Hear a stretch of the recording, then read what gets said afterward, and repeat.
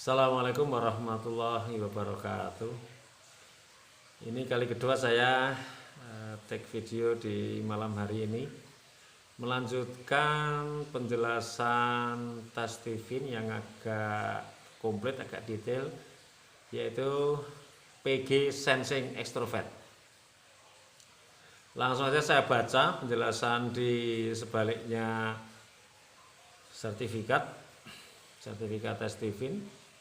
Kecerdasan Anda sensing yang berarti merujuk pada panca indera Anda. Jadi sekali lagi, sensing itu dia seluruh inderanya berfungsi dengan baik, ya, baik mata, telinga, hidung, ya, kaki, tangan, sehingga membuat Anda konkret dan praktis. Pokoknya yang suka yang praktis-praktis saja, yang konkret bisa dilihat, bisa diraba, ya, bisa dirasakan, itulah sensing.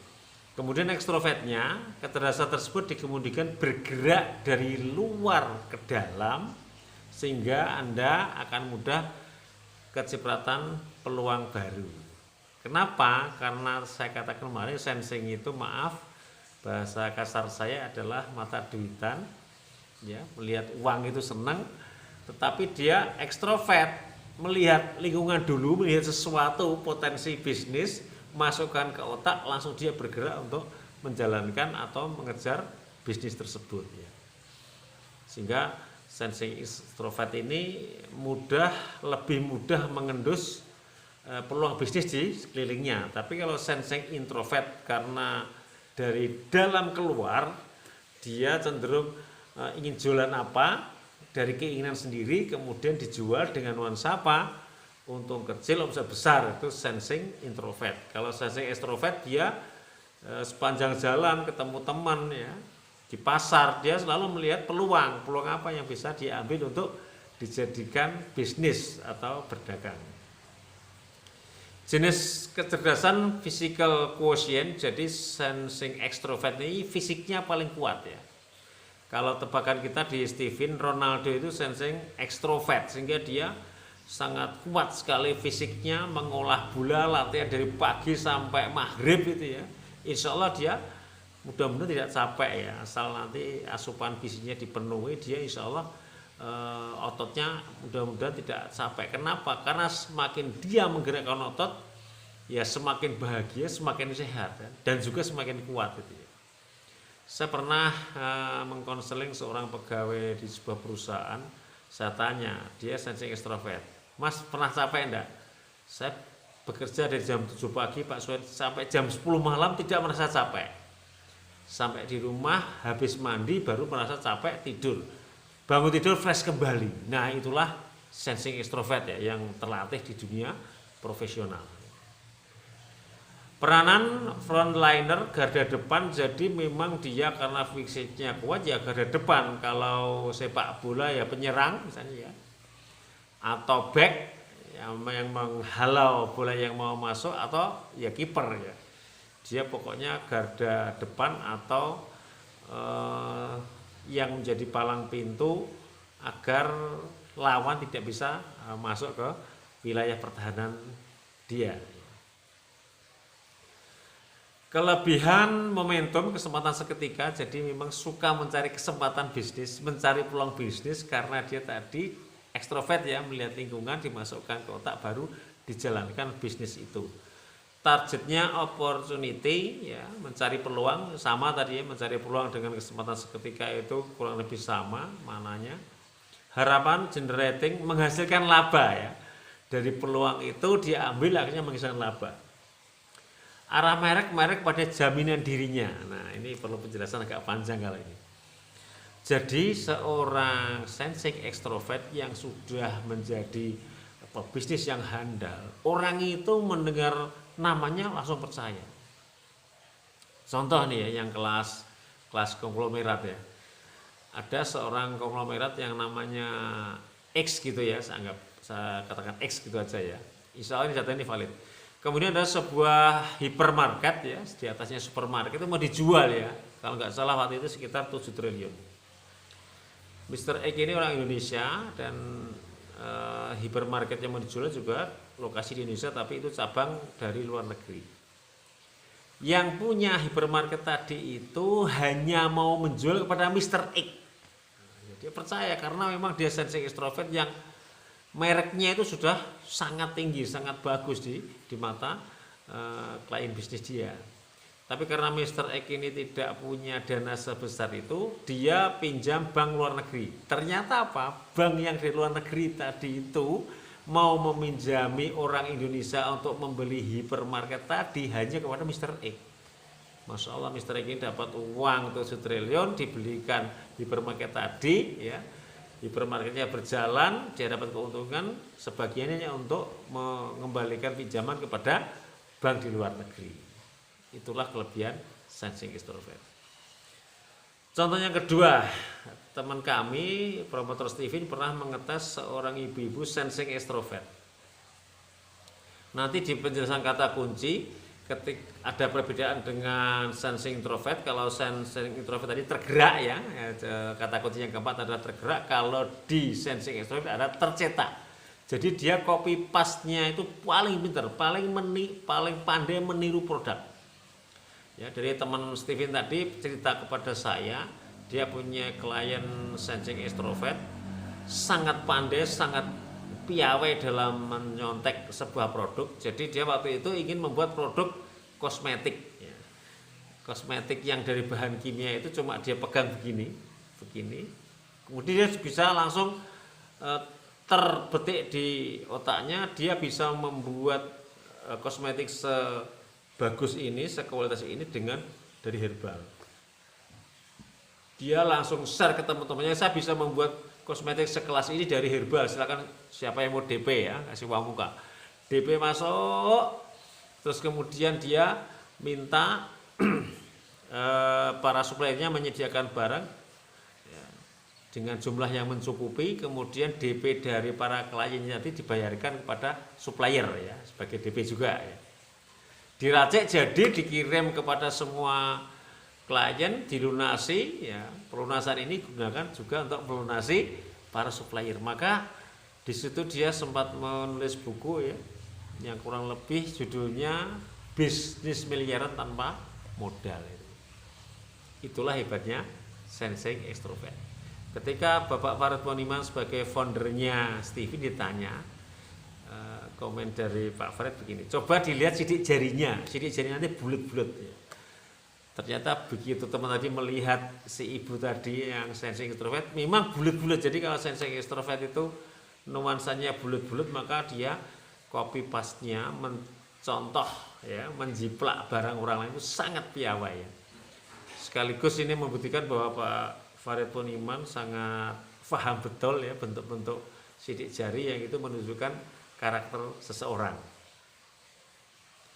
Tabiat terhadap uang boros ya. Kalau tadi sensing introvert irit, ini boros ya. Kenapa boros ya? Ya dia itu suka melihat uang ya. Kemudian suka memulai dari lingkungan, masuk otak baru melakukan sesuatu.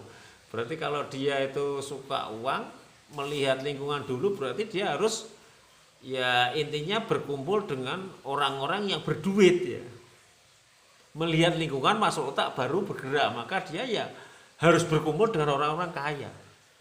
Orang-orang kaya itu kumpul di mana sih ketemuannya? Ya di kafe, di restoran ya, di tempat golf ya. Berarti sebelum dia bisnis dia sudah harus mengeluarkan uang dulu ya, minimal untuk dirinya sendiri. Kalau orang-orang kaya itu misalnya makan di restoran kan gantian biasanya ya, yang bayarin gantian, maka dia sebelum dapat bisnis itu dia harus mengeluarkan dana untuk pertemanan tadi. Nah gimana cara bisnisnya? Belum untung kok sudah mengeluarkan banyak ya, belum laba kok dia sudah berboros-boros ya. Gimana cara menutup itu semua? Ya nawarkan proyek. Sambil makan-makan di restoran, nawarin proyek pengadaan Intan Permata, pengadaan kapling, pengadaan perumahan ya. Kalau di sekolah misalnya pengadaan seragam sekolah, kalau pas Idul Adha pengadaan kambing, pengadaan sapi dan seterusnya ya. Sehingga bisa jadi dia kerja sebulan bisa untuk makan setahun bahkan 2 tahun. Saya punya teman seorang percetakan ya, dia punya percetakan, oh bukan punya, dia CEO-nya. Suatu ketika kita training di sebuah provider training yang cukup ternama di Jakarta ya. Waktu itu bayarnya kalau nggak salah sekitar 5 jutaan lah ya, 3 hari 5 jutaan.